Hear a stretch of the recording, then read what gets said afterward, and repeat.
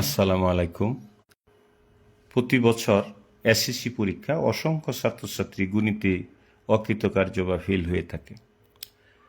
বিষয়টা এরকম যে গণিতে পাশ করলেই অনেকাংশে এসএসসি পাস, আর উচ্চ মাধ্যমিক লেভেলে আমরা দেখি যে বেশিরভাগ ছাত্রছাত্রী আইসিটি ইংলিশে ফেল করে থাকে। কিন্তু এসএসসি পরীক্ষা সবচেয়ে ভয়ের বিষয় হলো গণিত। গণিত ভীতি দূর করব, A+ পাবো। গণিতে ভয় থাকা মানেই গণিত পিছিয়ে দেয়। আজকে আমাদের আলোচনার বিষয় পরিসংখ্যান এসএসসি পরীক্ষার জন্য কেন এত গুরুত্বপূর্ণ। প্রথমত, যে এই শর্ট সিলেবাসে, করোনার পরে শর্ট সিলেবাসে পরিসংখ্যান থেকে যত নাম্বার থাকে আর অন্য কোনো অধ্যায় থেকে এত নম্বর থাকে না। আর অন্যান্য যে অধ্যায়গুলো আছে এগুলো শিওর দিয়ে বলা যায় না যে ওখান থেকে প্রশ্ন থাকবেই, কিন্তু পরিসংখ্যান এমন একটি অধ্যায় যে এখান থেকে প্রশ্ন থাকবেই। কীরকম প্রশ্ন থাকবে আমরা একটু দেখি। দুইটা সৃজনশীল প্রশ্ন, যার 3টি করে অংশ থাকবে, দুটি প্রশ্নের মধ্যে 10 করে 20 নম্বর। এমসিকিউ থাকবে 3টি, 3 নাম্বার। আর দুটি সংক্ষিপ্ত প্রশ্ন থাকবে, যেখানে 15টি প্রশ্ন থাকে, 10টির আনসার করতে হয়, সেখানে 2, টোটাল 25 নাম্বার। এরকম বিশাল স্কোরের নাম্বার পরিসংখ্যান ছাড়া অন্য কোনো অধ্যায়ে নেই, এমনকি অন্য কোনো বিষয়েও নেই। তাই পরিসংখ্যানটাই যারা গণিতে অপেক্ষাকৃত দুর্বল বা গণিতে যারা A+ পেতে চা, তাদেরকে অবশ্যই গণিতে 25 থেকে 25 পাওয়ার সর্বোচ্চ চেষ্টা করতে হবে। আমাদের এই আজকের ক্লাসে যারা ফলো করবে তারা পরিসংখ্যান এর সাধারণত সমস্যা থাকার কথা না। কেন আমরা পরিসংখ্যান করব? অপেক্ষিত সহজ কারণ হলো যে এখানে সূত্র কম, এবং বীজগণিতে অনেক সূত্র আছে, ত্রিকোণমিতিতে অনেক সূত্র আছে, জ্যামিতিতে অনেক সমস্যা, এবং পরিমিতিতে তো আরও সমস্যা। সুতরাং এই অপেক্ষিত সহজ 3টি মাত্র সূত্র আছে। গড়ের একটি সূত্র, মধ্যকের সূত্র, প্রচুরক আর বহুভুজ। এই 4টি বিষয় সম্পর্কে যদি আমরা বুঝি, যেমন মধ্যকের সূত্র হলো L+N/2 FC/H/FM, এটা খুব সহজে আমরা মনে রাখতে পারি। আবার প্রচুরকের সূত্র হলো L+F1 + F2 × H। আর গড়ের সূত্রটা সাধারণত A+ F1U1 N × H। এই 3টা সূত্র যদি আমরা পারি, তাহলে আর অন্য কোনো সূত্রের এখানে প্রয়োজন হয় না। আরেকটা আছে পরিসর, সেটাকে সূত্র বলা যায় না, যে সর্বোচ্চ বিন্দু - সর্বনিম্ন বিন্দু + 1। পরিসংখ্যান পড়ার আরেকটি কারণ হলো যে পরিসংখ্যানে যদি সারণী তৈরি করো, আংশিক নাম্বার পাওয়া যায়। যে একটা অঙ্ক করলে যে সারণী তৈরি করলাম, সেখানে 50% নাম্বার চলে আসে। অথবা আমি গড়টা করতে চাইলাম, কিন্তু কাছাকাছি মান আসলো বা একেবারে পূর্ণ মান আসলো না, তারপরেও নাম্বার পাওয়া যাবে। এরকম মধ্যক, প্রচুরক, এই সকলের ক্ষেত্রেও আংশিক নাম্বার পাওয়া যায়। 5 নাম্বার কথা হলো পরিসংখ্যান মনে রাখা সহজ। পরিসংখ্যানে খুব বেশি জিনিস চাওয়া হয় না, অল্প অল্প। তাই পরিসংখ্যানটা গণিতের অন্যান্য যে শাখা আছে, ত্রিকোণমিতি, পরিমিতি, বীজগণিত, তার থেকে সহজ, জ্যামিতি থেকে তো আরও সহজ। মাত্র 3টি সূত্র, এগুলো খুব সহজেই মনে রাখা যায়। আর কতগুলো প্রতীক আছে, যেমন F1, F2, FM ইত্যাদি। এই প্রতীকগুলো যদি আমরা জানি, 10-12টা প্রতীক আছে, তাহলে পরিসংখ্যান একেবারেই আমাদের হাতের নাগালে চলে আসবে। সম্মানিত সুধী, আমরা প্রতীকগুলো দেখি। যে এখানে একটা আমরা দেখতে পাচ্ছি, সাদবিন ইসলাম আমাকে সহযোগিতা করছে, তাকে অভিনন্দন, ধন্যবাদ। যেখানে একটা শ্রেণী 31 থেকে 35, 36 থেকে 40, এই শ্রেণী ব্যবধানটা 5। তাহলে 31 থেকে 35, এটা নিম্ন সীমা 31, ঊর্ধ্ব সীমা 35। তাহলে মধ্যবিন্দু হবে 31 + 36, 66/2, 33। 33 যদি হয়, তাহলে যেহেতু শ্রেণী ব্যবধান 5, অতএব আমরা 5 যোগ করে করে পরবর্তী শ্রেণী পাবো 38। 38-এর সাথে 5 যোগ করলে 43, 43-এর সাথে 5 যোগ করলে 48, 48-এর সাথে 5 যোগ করলে 53, 53-এর সাথে 5 যোগ করলে 58, এবং 58-এর সাথে 5 যোগ করলে 63। সুতরাং সব কয়টা মধ্যবিন্দু আমরা পেয়ে গেলাম। গঠন সংখ্যা, একটা শ্রেণীর ভিতরে যত সংখ্যক উপাত্ত থাকে সেটাই হলো গঠন সংখ্যা। তো গঠন সংখ্যা এখানে আছে 3, 5, 7, 10, 6, 4, 3। হাইলাইটস পেনটা একটু দরকার ছিল যে এখানে আমরা যে শ্রেণীটা দেখব যে সর্বোচ্চ শ্রেণী যে এই শ্রেণীটাই হইল পরিসংখ্যানের মূল জিনিস।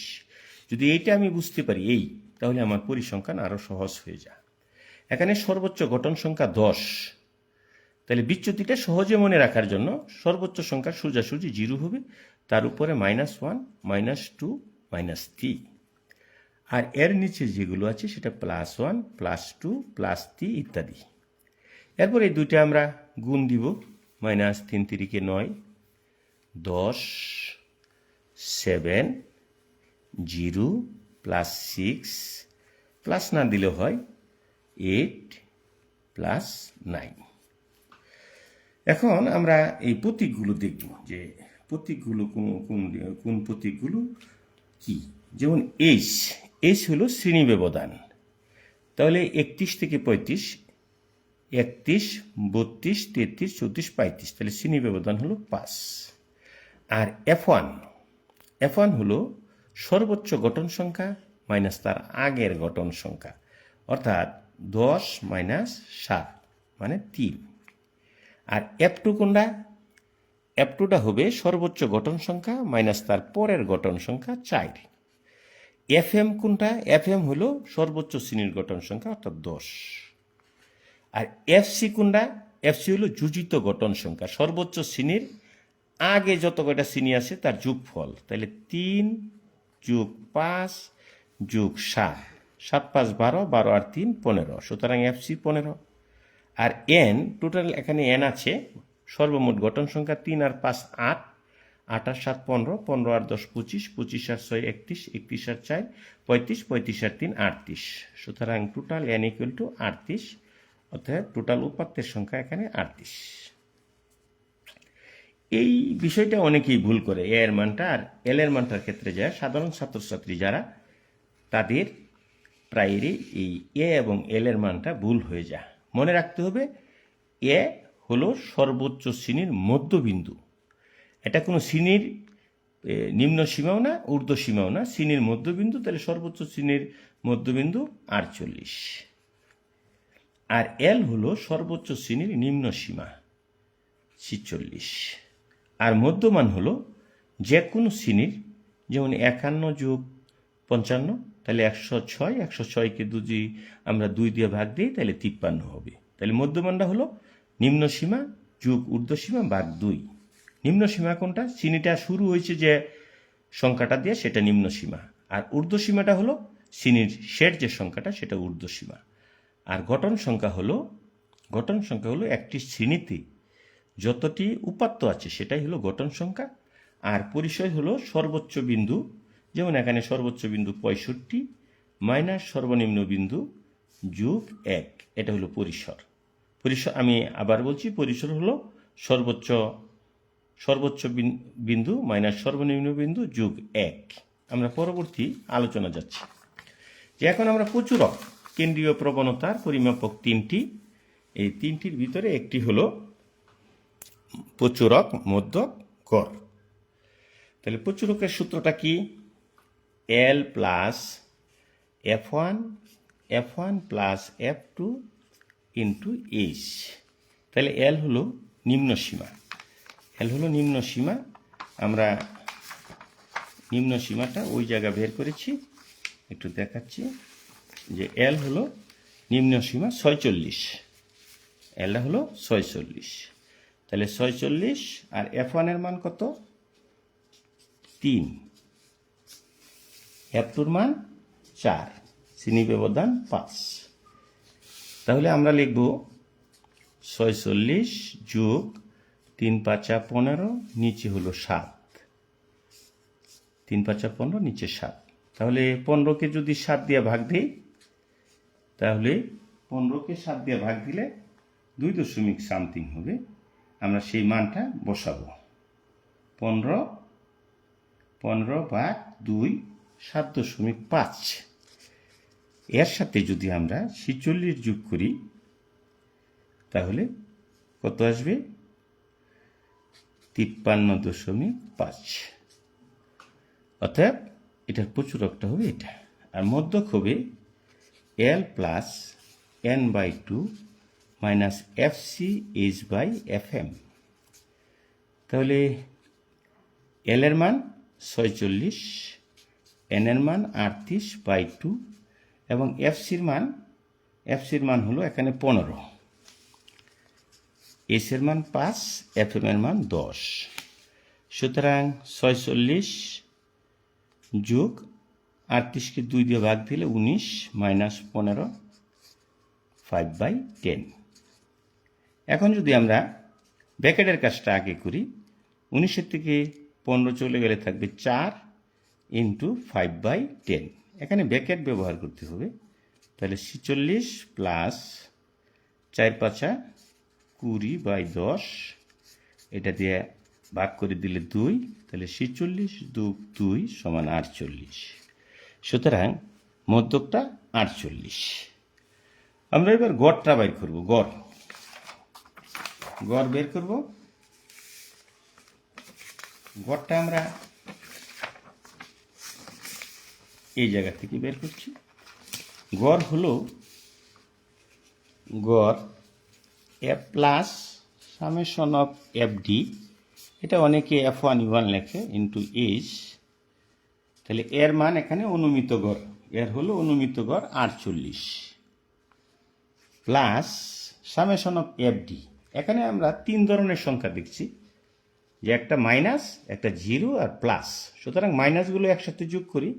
9 আর 10 19, 19 আর 7 হলো 26, 6 আর 8 14, 14 আর 9 হলো 23। তাহলে এখানে minus summation of F D মানে -3 থাকে। তাহলে এটার মান -3, এন এর মান কত 38 আর এইচ এর মান 5। সুতরাং 48, আমরা যদি এখানে ব্র্যাকেট না দিই, অনেক ছেলেমেয়েরা এখানে ব্র্যাকেট ব্যবহার করে না, সেই ক্ষেত্রে 2টা প্রক্রিয়া চিহ্ন একসাথে হবে, ভুল হয়ে যাবে। তাহলে 3×5 -15/38। তাহলে 15কে যদি আমরা 38 দিয়ে ভাগ দিই, 15/38, তাহলে মানটা আসবে প্লাস মাইনাস এখানে আসতেছে এত। অতএব আমরা যদি বিয়োগ করি, এটা একটা পয়েন্ট আসবে 0.38, ঠিক আছে, এটার আগে মাইনাসটা হবে। তাহলে 48 মাইনাস 0.39, তাহলে 48 মাইনাস 0.39, তাহলে 47.61। তাহলে আজকে আমরা যদি আবার পুনরায় ক্লাসটা বিশ্লেষণ করি, যে আমাদেরকে সবার আগে প্রতীকগুলো জানতে হবে। প্রতীক ছাড়া, প্রতীক ভুল হলে আমাদের গণিত ভুল হয়ে যাবে। এবং প্রতীকটা যদি আমরা দেখি, তাহলে সেই ক্ষেত্রে মোটামুটি 10টা বা 8টা প্রতীক যদি আমরা ভালো করে ধারণা নিই। এইচ, এটা শ্রেণী ব্যবধান। F1 হলো সর্বোচ্চ গঠন সংখ্যা মাইনাস তার আগের গঠন সংখ্যা। F2 হলো সর্বোচ্চ গঠন সংখ্যা মাইনাস তার পরের গঠন সংখ্যা। FM হলো সর্বোচ্চ শ্রেণীর গঠন সংখ্যা, এটা FM। আর এই দুইটার ব্যবধান যেটা F1, আর এই দুইটার ব্যবধান হলো F2, আর এটা হলো A আর এটা হলো L। এবং এই যে দুইটার ব্যবধান, এটা হলো H, যে কোনো শ্রেণীর ব্যবধান। আর FC হলো সর্বোচ্চ শ্রেণীর যে গঠন সংখ্যা, তার আগের যে যোগফল, এটা হলো FC। এখানে 3টা আছে, 3টা যোগ করলে যা হয়, এটা FC। আর N হলো টোটাল গঠন সংখ্যার যোগফল, যেখানে এই N আছে, N = 38। আর A, এটা হলো সর্বোচ্চ শ্রেণীর মধ্যবিন্দু, L সর্বোচ্চ শ্রেণীর নিম্ন সীমা। আমরা পরবর্তীতে ইনশাআল্লাহ পরিসংখ্যানের উপরে আরও ক্লাস নিব, ভিডিও নিব। যারা এই পরিসংখ্যানের উপরে দক্ষতা অর্জন করতে চান, তারা আমাদের ক্লাসগুলো ভালো লাগলে ইনশাআল্লাহ ফলো করবেন। এবং আমরা নিয়মিত এই পরিসংখ্যান সহ অন্যান্য যে গণিতের বিষয়গুলো আছে, বোর্ড কোশ্চেন, সেগুলো MCQ আকারে দিচ্ছি ইনশাআল্লাহ। এটা SSC পরীক্ষার পূর্ব পর্যন্ত অব্যাহত থাকবে। যদি আমাদের এই ক্লাস ভালো লেগে থাকে, তাহলে আমাদেরকে জানাবেন। ধন্যবাদ। আমরা ইনশাআল্লাহ আগামীতে আবার লাইভ ক্লাসে আসব।